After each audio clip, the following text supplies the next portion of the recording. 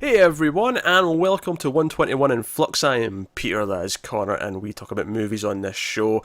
And one of the things we've been doing since we started this show is every so often, the very first episode we ever did was of the original Godzilla. And every so often we go back to that franchise and do the next one. The idea that, after some time, we'll have done the entire series. So this is going to be the 7th movie in that franchise. It is called Ebirah, Horror of the Deep, aka Godzilla versus the Sea Monster. Some interesting tales. There is. It's funny. I've always heard of Ebirah first. Like that title's always came first for me, and Sea Monster's the alternative one. But it's funny because I think in terms of my OCD, I'd prefer Sea Monster to be the one that's used, just because it matches up with like the last four. Well, Invasion of the Astral Monster's the same. That's the regular title, and then the alternate is Godzilla versus Monster Zero. Yeah. And I feel like just to keep it consistent, you want the Godzilla versus whatever. No, I'm with you. Whatever, that's just what we're going to do. So we'll start off spoiler free. Will we? You know what? No, full spoilers. Either if you care about spoilers for this, go watch it. If you don't care about spoilers for this, and even if you do want to watch it, you may still not care because it's a Godzilla movie. I think it'll be fine. It's fine. Yeah. So full spoilers. So what is this one? What is Ebirah Horror of the Deep? This movie is exceptionally silly in places. The logic of some of the characters in this was baffling me. It is, and it's not necessarily silly in a good way either. I don't know. I don't know if I agree with that sentiment. I don't know. I think there's fun silly, and then there's just silly where I'm like, what's going on here? We'll see where we land on this then as we discuss it. But so the plot is that this fisherman went missing, and the brother of this fisherman goes to the Japan's mainland and tries to get help, but the press don't help him, police don't help him, so he goes to this dancing competition where it's one of these marathon dance-off things where you have to just keep doing it until everyone drops dead basically, and then the last person standing wins a boat. But he's there too late. They've already been doing it for 3 days. And he meets these two other guys who were in the competition, and they both kind of gave up around the same time. And he's like, "Oh, can I join the competition?" He's like, "Oh, you're too late. But, oh, you want a boat? We can help you find a boat." So they take him to the pier, the docks, and they don't own any boats. They're just like, "Oh, he wants to see some boats. Let's show him a boat." So they actually go onto a boat illegally. It's not theirs. And they're like sort of browsing through it. And someone's there. Someone wakes up. He's like, "Hey, what are you doing on my boat?" And pretty understandable reaction. Understandable. And then, after like a minute of holding him at gunpoint and like sort of questioning it, he goes, "All right, fine. You want to see a boat? Just you can stay the night. Just leave in the morning." What? What? What? Yeah. This threw me as well. What? You broke into my, not a house, but just for argument's sake, say it's a house, right? You broke into my house. Okay. Stay, help yourself to some breakfast, but then piss off. Yeah, as long as you leave in the morning, no harm, no foul. Like, what? No. Now, I was going to say it makes more sense in a minute. It doesn't really, because we find out that he's actually a thief, and he's kind of stolen the boat, and he's stolen this money that he's got hiding there. But even if you're a thief, you wouldn't be like, "No, you hang around while I'm wanted." Yeah, discover me. Figure out that I don't really own this boat. It makes absolutely no sense whatsoever. So they go to sleep. Sure enough, we wake up the next morning, and the guy who's looking for his brother has actually set sail. He knows how to do that. None of the other guys do, which is actually the kind of the funny thing here, is that they're kind of held hostage just by the fact that they don't know how to sail, so they can't really turn the boat around. So this guy's just sailing out to where his brother went missing, and they're just kind of along for the ride. And that's a thing. And of course they eventually encounter a giant sea monster by the name of Ebirah, who has big lobster claws. Yeah. Vastly entertaining. And they end up in this island, which is not Infinite Island. Infinite Island comes into the plot later, but this island is a small island where evil scientists and an army are experimenting on nuclear bombs. They're making nuclear bombs for reasons. I'm not sure what the reasons are, but they're operating by enslaving people from Infant Island. So, people who are where Mothra lives. Like, those people, they're being kidnapped by the boatload and being brought here to be their slaves. Yeah. So that's going on. And in fact, one of them sort of breaks free, and she joins the main group or guys, and they're running around, they're running from the army, they're getting shot at a lot. A lot, yeah. Lot of shooting here. Two little guys, when I say little guys, all I mean is extras, basically, little characters, grab a little rowboat, and try to escape. But Ebirah is basically their defense, like their security measures to keep people inside. Ebirah like grabs anything that's in the water and like crushes it, and it's like, okay, that's fine, all right. So, and we'll learn later that their boats are okay because they make this yellow substance out of some fruit. That look a lot like lemons. That protects them from Ebirah. Ebirah won't attack you if you've got the lemon juice. It keeps away from the lemon. Yes. It's too sour. Naturally. Yeah. So that's a thing. And I know I'm explaining a lot of plot here, but it's so insane that I have to work through this. So that's all going on. Our heroes, I use that term loosely, might I add. Our heroes hide in a cave to, there's an opening in here, let's go in here and hide. And they're talking about their plans, what they should do. Oh, this is wrong, people are being enslaved, we need to do something. And then one of them just notices, hey, what's that down there? It's Godzilla. He's sleeping. Yeah, I have no idea why Godzilla's just here. His introduction in this movie is he's napping. We see him just lying there sleeping like a baby. He's so content. Yeah, it's strange. I kind of love it, I'm not gonna lie. Like, we've got this wacky plot going on, and Godzilla's just asleep, and he just happens to be on this island, the same island that this is all going on. It's convenient, isn't it? Very convenient. Like in my own way, he's feeding on the nuclear energy.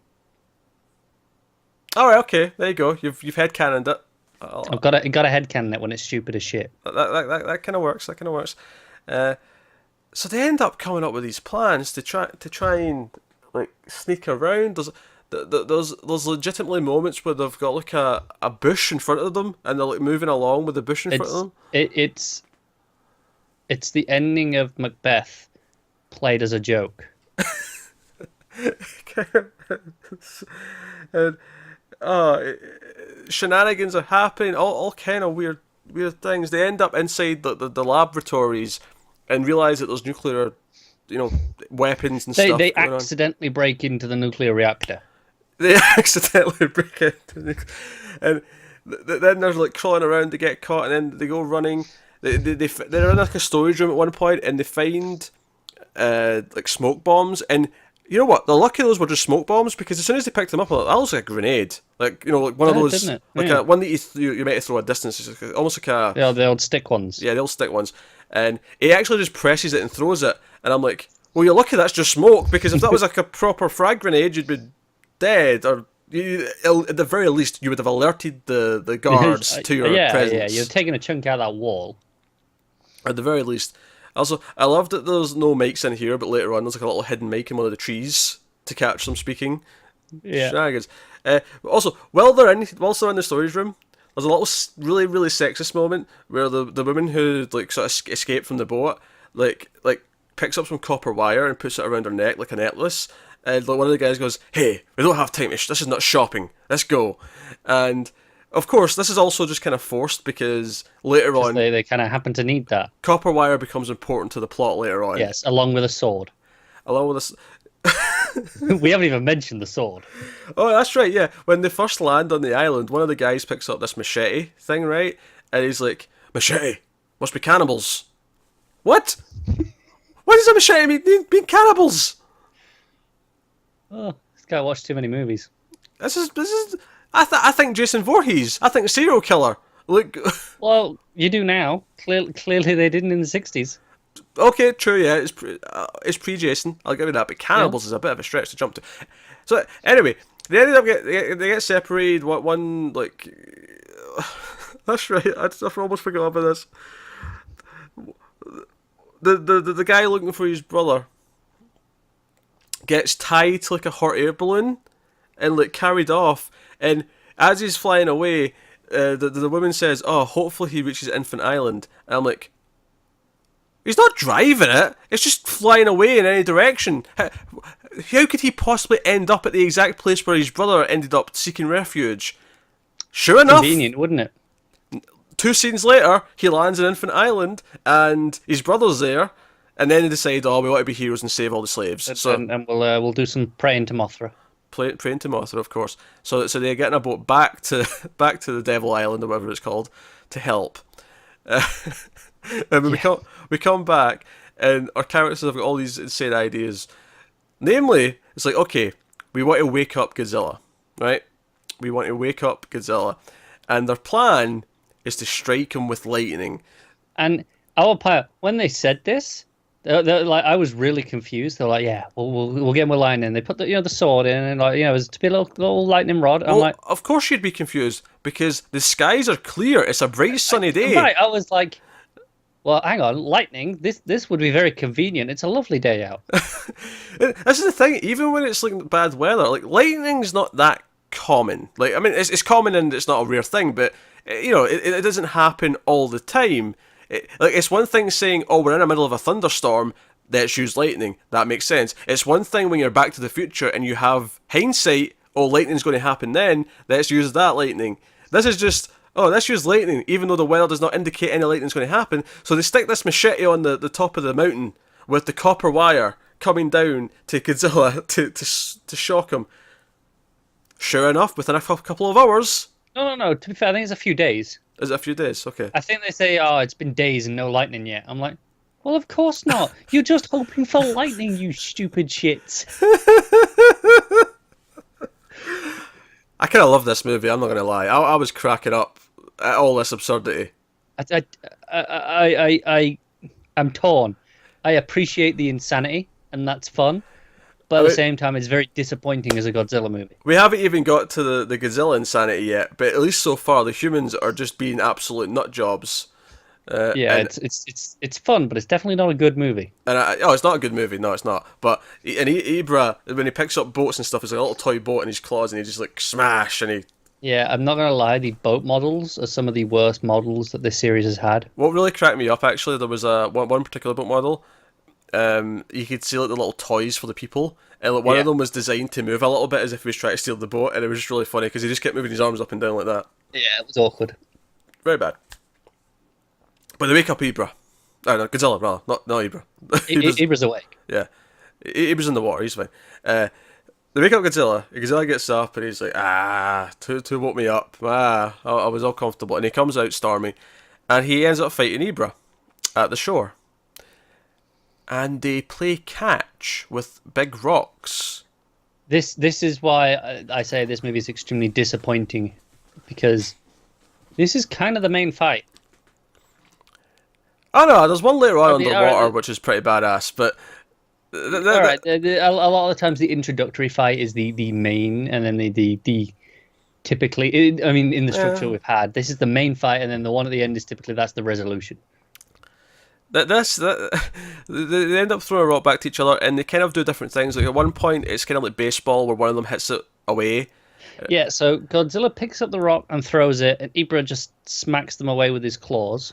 And then Ebirah throws a rock back again. He catches it in his claw. Yeah, throws it back. I thought he was going to smash it and crush it, but he catches it, he throws it back, and Godzilla headbutts it. And then they play, they go back and forth. Ebirah just hits it, and Godzilla headbutts it. Ebirah hits it, and Godzilla headbutts it. I'm like, what is happening here? And they have a little bit of a fight, and then that ends, and eventually the woman who's with her main team, like, she ends up getting like trapped in front of Godzilla, because Godzilla, and again, it's like he's sitting on a couch. He just kind of sits down and just kind of like, I'm going to enjoy the sun today. He's basically like, yo, hand me my beer. He's just sort of sitting there, and it's just sitting there waiting, and that character's trying to like sneak in and get her, and they have to kind of wait for a distraction and all sorts of happening. Meanwhile, one of the guys was like caught by the army and put in with the slaves. And they've got a plan. They're going to use something else so they've got fake yellow goo. Instead of the fruit, they're using the leaves because that'll do nothing. Convenient. I mean, they've not tested it to know that. Yeah, for all we know, Ebirah's sting is just yellow. It's just the colour yellow is what repels him. That's possible. In which case, just paint your ships the leaves yellow. and the fruit are often very similar. Yeah. If the leaves are still going to make it yellow, which presumably it is because it needs to fool the people. Hmm. I mean, maybe the thing that makes it yellow is the thing that keeps Ebirah away. It's going to work. It's going to work. There's no science in this movie. There's no science in this movie at all. Also, what is this red bamboo? That's what we're called. The army. Yeah. This organization, Red Bamboo. What are they doing? Are they trying to sell these nuclear weapons? Is that their plan? I don't know. I don't know. No one seems to give a shit, so no one asks. And so eventually, everything's going down. Godzilla storms through the lab, the base, and everything's like, oh, this island's going to like self-destruct in like 2 hours or whatever it's going to be, and everything's going down. The characters find out. They try and stop the bomb. And basically, they're praying to Mothra to come and get all the slaves, and they start building like a net thing for Mothra to pick up that they can all sort of stand in. Yeah. So Mothra's coming to the rescue, and then Godzilla starts fighting with Ebirah again. And this time, I actually did think one part of this was cool, where they actually go underwater, and we actually see a bit of the fight underwater. I thought that was kind of okay. Okay, fair enough. It was a decent little moment. It was all right, yeah. And then Godzilla wins though by just like snapping his claws off. He just pulls them off like a madman. Yeah, see, what he really needed to do was take those claws and then stab him with the claws. Oh, that'd have worked. But so that was kind of fun. There's always kind of this race to the countdown of the clock, and they're trying to like, hit the button. They can't, so they get back out, and they get back in the little net thing, and the Mothra flies them off just in the nick of time. I'm not going to lie though, I did kind of like the fact that they said, hey, I feel bad for Godzilla, he's on the island still. Like, and they all start shouting at him to like get off the island. I kind of like that they cared. Yeah, okay. I like that they cared. He did us no harm. He actually helped and like took care of all the bad guys for us. I mean, I'm sure he would have been fine.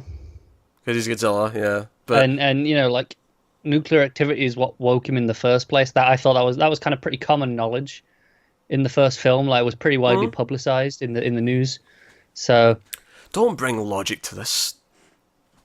Don't bring logic to it. I just liked that they cared, and it was kind of a nice little moment when he actually jumped off, and they were all happy that he got out. That was a nice. He swims away again. Nice touch. Swims away off to another island, probably. Although, what I will criticize here is that the thief that had the boat is he like turns to us and goes, I think I might go straight, and as if he's had an arc, as if he's learned to be a better person, and like there's none of that in the entire movie. Yeah, I go, why? Your skills were pretty useful here. Oh yeah, because the fact that he makes like a lockpick with like a bit of metal, key. Yeah, like the fact that he does that is like really useful. He uses it like tons of times in the entire movie. Yeah, I'm like, okay, why are you going to be good? You being awful has kind of helped out this quite a lot. I mean, and maybe he'll become like a security person. Like he'll design locks. I mean, maybe, but I don't know why he's changed his mind. I mean, just because it's the end and people have to be better at the end of movies? Yeah, well, I mean, it's not like he was portrayed to be evil, and he does like he never like suggests not to help like freeing the slaves or anything like that. Like he's not morally that bad. No, he's not. I just don't. Which is why I don't understand it. It's like, well, he wasn't that bad anyway. So. Oh, I just remembered something that made me laugh a lot. So it's when they first hide in the cave before they've realised Godzilla's there. And it's when the guy's finding out his brother. His brother's name's Yata, which is relevant to this story. So he's so the woman's like, oh yeah, like we had like a fisherman wash up on shore, not talking about named Yata, and instead of just immediately going, oh, fantastic, my brother's alive, he goes, wait, Yata? What age was he? And she's like, oh, he was like 30 or whatever. I was like, oh, and when was this? 2 months ago. And he says, a fisherman? It's fisherman. Oh, I'm pretty sure that's my brother. What? Yeah. What? You come to this area knowing that your brother shipwrecked and presumably washed up around here. How many people do you think did that? I feel like the name and the fact that he washed ashore was enough. Like, but he's like, no, okay, I need the name, I need his vocation, I need his age, I need when this happened. Some ID checking would have been great. he is like grilling this girl when I feel like the name and he washed ashore. It's probably enough, yeah. And after all that, all he says is, "Oh, I'm pretty sure that's my brother." You're not pretty sure, you know. This is not like this is beyond a shadow of a doubt. He's your goddamn brother. Although, how funny would it have been if it wasn't? After all this. Also, his brother as a character was, Yata. He was kind of amusing to me because when they bring him back to this island after he goes and gets him, and then they come back to this island and he's there with everyone else and they want to free the slaves. His entire character is basically summed up by saying, "Oh yes, that's Yata. He never not helps someone. He's perfect." Yeah, but he doesn't really do anything. No, but that's his character. He's perfect. He never not helps someone. We got to save him because that's why we're here. I kind of love this. It's bad. It's a bad movie, but I kind of loved it. I had fun. I think I'd enjoy it a lot more if the Godzilla stuff had been good. Okay. I'm down for stupid human plot. Don't get me wrong, that can be fun, but I want the Godzilla stuff to at least be good. Whereas I'm like, okay, they're playing catch. I wasn't against the headbutt. I'm not gonna lie. I wasn't against the first headbutt, but when it did it like 3 or 4 times in a row, I was like, okay, it's got old now. I was against the headbutt, and I did quite enjoy the fact that he just sat down, and admittedly, maybe not in a good way. It's kind of like, oh, this is stupid, but it was amusing me. They didn't go too deep into that because I enjoyed Invasion of the Astro Monster quite a bit, but they had a couple of small moments that were a bit questionable. Like when he jumps up and does the little dance when he thinks he's won. Like, it had that. This had a bit more like, okay, he's acting a little bit too human, I think, here. Like I said, it felt like he could go, hand me my beer. Yeah. And I'm like, I shouldn't be thinking that for Godzilla. I feel like maybe they got some of those shots between, when the actor didn't realise he was like being filmed. This was just like between takes, he thought. Yeah, they're like, use it, keep it, this is gold. This is gold. He's sitting down like he's a human being. This is amazing. This is how our characters relate to Godzilla. This is why they want to save him. They see he's just like us. Also, I did like that he uses atomic breath on like this big bird thing. It wasn't like one of the proper monsters. It was just like a big bird. But they just kind of fried it with his breath. It was great. You gotta have dinner. Aye, guess you do. Actually, there was one effect that I really really liked.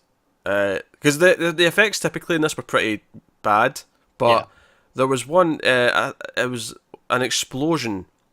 And the cloud was going up, and it was kind of like in a column. It looked like a really proper good explosion. The reason why I was sort of thinking about it is because it cuts to the next shot, and it's like a shot of the whole island, and you see this really fake looking bird flying in the side, and I thought, you just followed up like the best effects shot in the movie with this really shitty looking bird. Yeah. But the actual explosion in the water looked really good. Like I was like, how did they do this without CG? This looks like a proper blast in the water. I was impressed. Maybe it's stock footage. Maybe they went out and filmed like an actual nuclear test or something. I don't know. Yeah, probably. That's why it looks so good, because it actually just did it. But it's easy its way sometimes. Sometimes it is. No, you know what? Like I don't remember really anything about it, but I remembered that I'd seen this, and I remember thinking it wasn't that good from my memory. But actually watching it this time and properly paying attention, because maybe the first time I didn't, I had a blast with how stupid this was. It's a bad movie, but it is definitely a bad movie, yeah. Yeah, but it's a fun bad movie. It's so absurd in what it's doing with a lot of the characters that it's, I think this is an entertaining good time. If you've got some friends round or whatever, like, I feel like this works quite well. I am a little bit worried that we're heading to the stinker territory. Yeah. Before things get better again. Although I think it's hit and miss for the next little while, just from the ones I have seen. But we'll see how it goes. I believe the next one is Son of Godzilla, if I recall correctly. Connor's away fact check that. It is, yes. Is that okay? So we'll see how that goes. But no, I will say honestly, all I'm hoping for is a baby Godzilla. Oh, there's a well. No, but I just want to see a baby Godzilla running around doing atomic breath. If I don't get that, this movie's going to be shit. Okay. I will say you can tell they've been using the same Godzilla suit because it's starting to look a little bit torn up. There's Yeah. a few little parts of it you could see are starting to. I'm hoping for a new one with some less goofy eyes. The eyes are still bugging me. I don't think you get it for another like 6 movies. I figured as much. For the record, I don't think you get it until the 80s. I just need smaller eyes. They're too huge. They're big cartoon eyes. They're like they're the googly eyes that you used to, that you can stick on things. That's what they are. But no, I am actually I'm looking forward to getting to the ones I've not seen. Which, to be fair, where's that roughly? Actually, I don't think I've seen Son of Godzilla. Actually, so I guess that's next. But I've seen a couple after that, and then I've not seen a few after that, and then once you get to Biollante, I've seen all of them after that up until Final Wars. But this is where we get. There's a good 8 or so before that, I think. So we're hitting a patch where I've seen maybe half of them, but it's not, they're sprinkled in the ones I've seen, so it's just not as obvious. But no, so goofy, silly, random ass plot elements, really bizarre character decisions, logic that just defies everything. It defies physics, it defies science. Yes, absolutely no science in this movie. Really goofy models of boats and things like that. Yeah. But the one thing I will kind of applaud it for in a way? I think it's interesting that this is the first one where there's been no scenes in a city with the monsters, like, destroying buildings. It's all in this island. It was kind of like... That's true. And maybe it's just to save money, like, and that may be the case, but given that there's 29 of these bloody movies, I feel like, it's okay to have once in a while one that doesn't go to a city. You can do something elsewhere. No, I agree. That definitely isn't a problem with this movie at all. That there's no city destroying. I think I like the idea of Ebirah more than I do the monster itself. Like, okay, there's this sea monster that keeps this island protected. Yeah, he could have a cameo later, but at least title wise and like headline in a movie, he never pops up again. Yeah, so which is a shame. I think it's a really good idea. I just think they don't do enough with him. No, that's fair. That's fair. I think because the movie's so goofy, I stopped looking for them to do anything of note with anything. That's fair. So, but yeah, I do kind of like the big claws though. I feel like that's what a lot of the monsters have been missing. Big lobster claws. Yeah, no, I can't disagree with that. They're fun. Yeah. Also, something that seemed to go away later on in the movie, the first time he appears, it sort of does create a storm above him. Like, it sort of like changes the weather and everything gets really dramatic. But later on, he just pops up like it's nothing. Like, I thought that first scene was implying that whenever he appears, like, the atmosphere changes around him. Yeah, I know what you mean. But it was kind of strange. I mean, maybe that's how they were planning on lightning. They were like, well, when Ebirah shows up, we'll get some lightning. Yeah, wasn't very clear about that, though, was it? Nah. Oh well. Yeah. I guess it's a very easy watch. It is an easy watch. I guess we're rating the movie then. So, what would you rate Ebirah, Horror of the Deep, out of 10? I'll give it a 4.5. It's below average, but still fun. Oh, I've been saying the title wrong. It's Terror of the Deep, not Horror of the Deep. Pardon me. Oh. Okay. Oh, that's what it says on IMDb. For some reason, I remember. I thought it was horror. Maybe I've seen that somewhere. A lot of these have alternate titles, so maybe I'll. Yeah. Where's my Blu-ray? What's the title? Is it still in here? It's in the other room because that's where I was watching it. Oh well, I'm too lazy to go and check. But I'm just googling. Go on. See what Google says if I search with horror. No, Horror of the Deep shows up. Oh, cool. Right. Okay. I'm not insane then. You haven't been. No, it must be just alternate titles. Okay. Cool. AKA Godzilla versus the Sea Monster. So yeah, what's your rating out of 10? I think I went with the 4.5. It's below average, but fun enough that it's easy to watch. So it's not a bad movie in that sense. Okay. I'm going to go as high as a 5.5. Okay. It's a silly good time. I think it's full of wacky ideas. It has some... And again, it's hard to defend a movie like this where it's just so stupid that it's entertaining. but that's kind of what it is. It's just so stupid. From Godzilla being introduced having an app rather than a big entrance, from the guy not believing it's maybe his brother, and until he gets like so much information. I'm telling you though, them going, well, we'll just get some lightning is the clincher for me. Yeah, that was fantastic. Especially when I saw how they were doing it. It was just the sword on the top of the mountain with the wire going down. Yeah.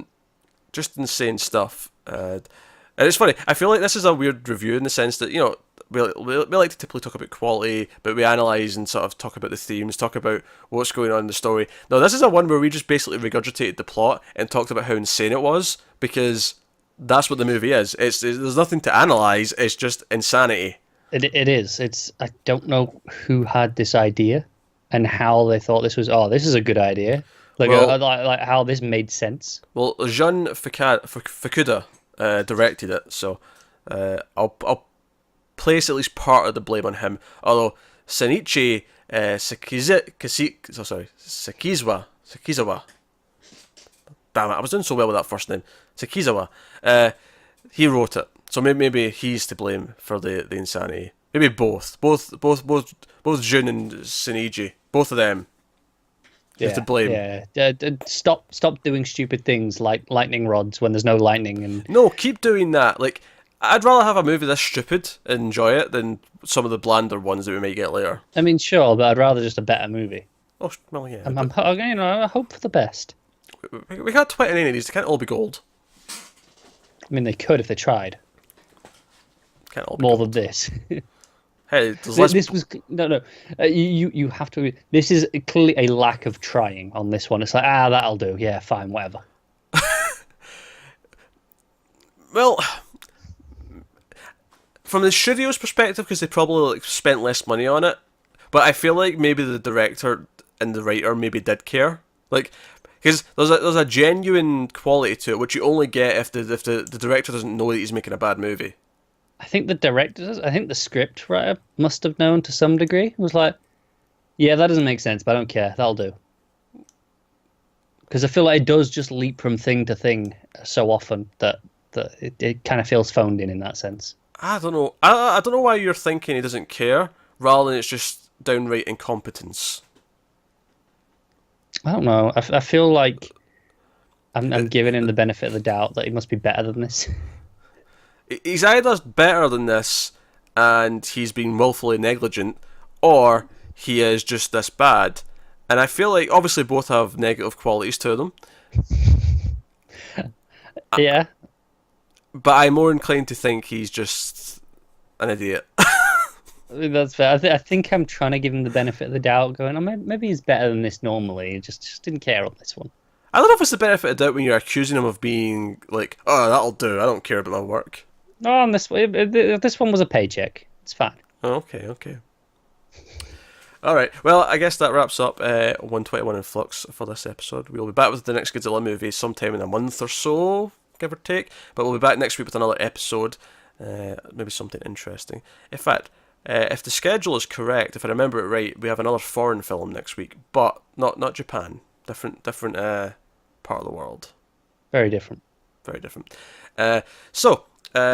To plug things for you, obviously if you go to patreon.com/MailFuzzTV, you get to support the show, you get to support the channel, but some of the things you get access to over there is you get to vote once per month for an episode of Influx. This month's one was Rear Window, we did that last week. The vote for next month is all space films, because Star Wars is coming out next month, so when we do it, it'll be kind of thematically linked in. Christmas was thought about, but Connor's really anti-Christmas, so we snubbed that idea. It bores me. People say I hate fun. I like fun. Christmas is fun. No. This comes from having to get up at 6 a.m. to go to church every year. I'm like, I don't want to do this. It's ruined Christmas. and now I'm just like, I think of Christmas and I think of early morning. Okay. Fine. You Grinch. But you get that. You also get access to the Vault, which is basically a list of to-do movies where patrons get to nominate films. They go into the list, and every so often we'll pick one to do, or we'll pick a group of them for a vote. and then people can vote on those for the patron vote that month.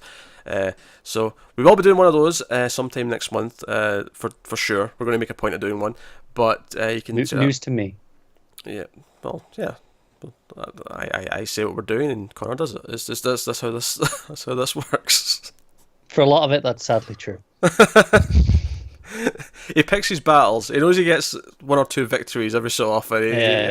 But I mean, that was not worth it. They're all going to be done at some point. So it's fine, whatever. Yeah, you also get to vote on 121 Overlord, which is me and Matt.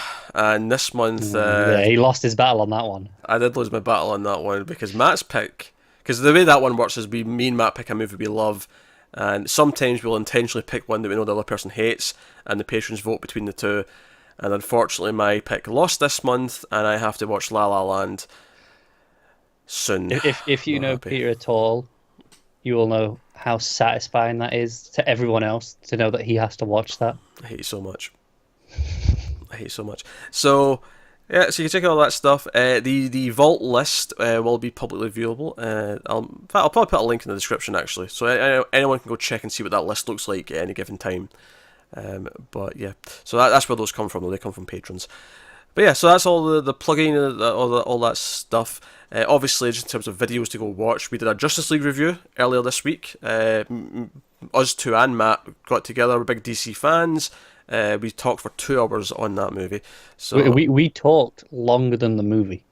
We did, which is either impressive or extremely sad. I'm not sure which, but I don't know. That's up for everyone else to decide.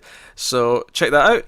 Get us on Twitter at mailed_fuzz for channel updates, like, subscribe, all that stuff. Let us know what you think of this Godzilla movie if you happen to have seen it in the comments below. And if you haven't, let us know how stupid it sounds. But yeah, otherwise that is us. So thank you once again for watching. Keep watching movies. We will see you next time. That's right, movies, not TV. I saved it. I heard that pause.